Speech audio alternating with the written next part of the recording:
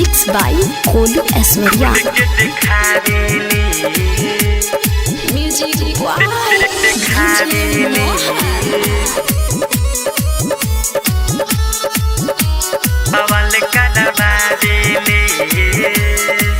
बिया छोड़ियो भिले कुमारे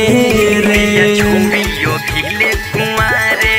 रोजी रोहरिया मुखिला सारे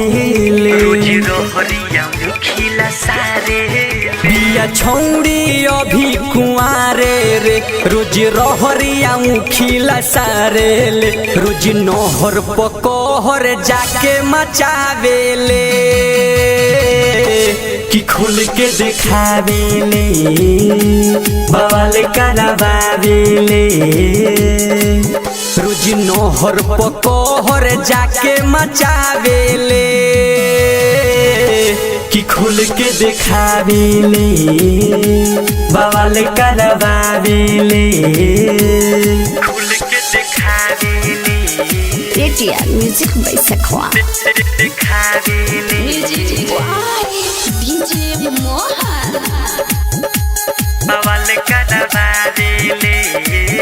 पूरा घूमी घूमी छूटा चोरेले सारा नया नया लोइकन पमोरेले पूरा घूमी घूमी छूटा चोरेले खाली नया नया लोइकन पमोरेले कानवा में डबल बाली लटकावेले कि खोल के देखावेले बवाल करावेले खोल के देखावेले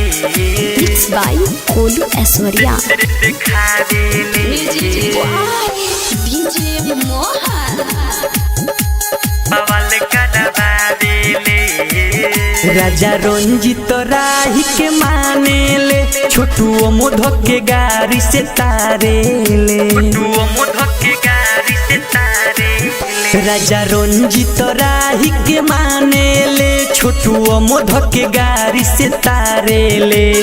गोलू चंदन के घर में बोलावेले